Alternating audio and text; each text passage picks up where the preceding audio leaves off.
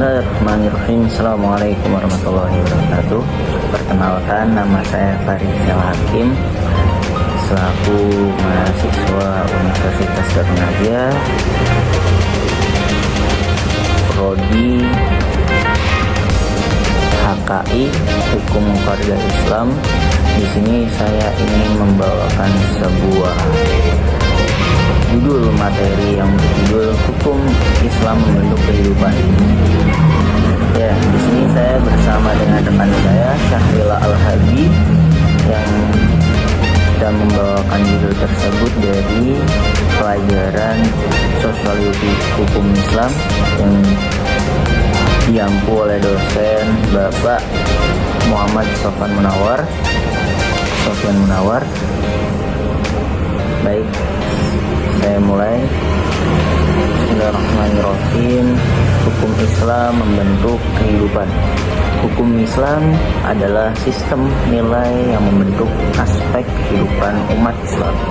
Sistem ini memberikan panduan etis dan moral untuk kehidupan pribadi, sosial, dan juga ekonomi. Pendahuluan memahami hukum Islam. Apa sih hukum Islam itu? Apa aja? Pertama, hukum Islam memiliki yaitu sumber hukum Islam. Hukum Islam berasal dari sumber-sumber utama seperti Al-Quran, hadis, ijma, dan qiyas. Dan juga memahami hukum Islam, kita harus tahu tujuan hukum Islam itu apa. Hukum Islam bertujuan untuk membawa kesejahteraan, keadilan, dan harmoni dalam kehidupan manusia. Perubahan hukum dalam masyarakat. Perubahan hukum dalam masyarakat yang pertama yaitu masa klasik atau masa tradisional atau masa yang lampau. Hukum Islam berkembang di era lampau atau era tradisional. Klasik menyesuaikan dengan realitas sosial dan budaya pada masa itu.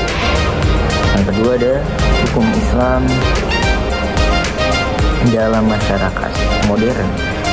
Dalam masa modern, hukum Islam terus berkembang seiring dengan dinamika zaman, merespon tantangan dan realitas baru dari hal-hal yang belum ada setelah di era modern ini. Islam membawa perubahan sosial, keadaan sosial. Islam ini membawa beberapa perubahan sosial, yaitu yang pertama adalah keadilan sosial.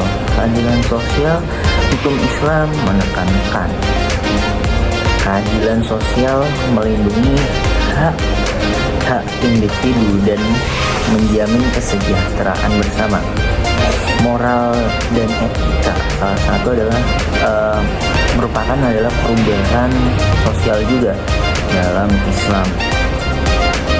Hukum Islam membentuk moral dan etika individu, mendorong perilaku yang terpuji dan menghindari yang tercela.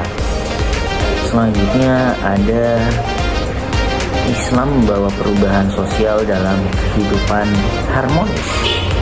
Hukum Islam menciptakan kerangka kerja yang harmonis untuk kehidupan bersama, memelihara ketertiban dan keamanan. Jadi, dalam Islam itu bisa membuat perubahan dalam sosial di 3 aspek, yaitu keadilan sosial, moral dan etika, serta kehidupan ekonomis. Mungkin lebih banyak lagi yang bisa kita ketahui dari perubahan-perubahan yang telah saya sebutkan. Mungkin setelah ini akan dilanjutkan oleh teman saya, yaitu Syahrila Al-Hadi. Terima kasih. Wassalamualaikum warahmatullahi wabarakatuh. Bismillahirrahmanirrahim. Terima kasih atas pemaparannya berkaitan dengan Islam membawa perubahan sosial. Kali ini saya akan melanjutkan apa yang sudah dijelaskan oleh Ananda Faris Al-Hakim berkaitan dengan Islam membawa perubahan sosial. Hukum Islam terbawa perubahan sosial sendiri terdapat juga pada tafsir. Jadi para ulama terus menafsirkan hukum Islam sesuai dengan konteks zamannya, begitu. Kemudian dari ijtihad sendiri, maksud ijtihad adalah proses pemikiran dan investasi untuk menemukan solusi hukum, gitu. Dari ijma, maksud dari ijma adalah kesepakatan para ulama tentang suatu hukum. Kemudian selanjutnya yaitu apa sih tantangan penerapan hukum Islam dalam kehidupan modern. Tantangannya yaitu adalah yang pertama, ekonomi global. Ya, hukum Islam perlu beradaptasi dengan sistem ekonomi global yang kompleks. Kemudian yaitu globalisasi budaya. Nah, hukum Islam sendiri harus menghadapi tantangan dari arus globalisasi budaya yang cepat menyebar ini. Maksudnya yang ada seperti ini. Kemudian yang ketiga yaitu teknologi informasi. Nah, banyaknya gadget ya di zaman sekarang ini, ya tentunya perkembangan teknologi informasi membawa implikasi baru bagi penerapan hukum Islam. Simpulannya adalah yang dibawakan oleh Faris Al-Hakim dan saya sendiri, yaitu menjadikan hukum Islam sebagai pedoman hidup. Ini adalah hukum Islam adalah pedoman hidup yang komprehensif, mengarahkan umat muslim untuk mencapai kebaikan dan kebahagiaan dunia dan akhirat dengan memahami dan menerapkan hukum Islam secara bijaksana.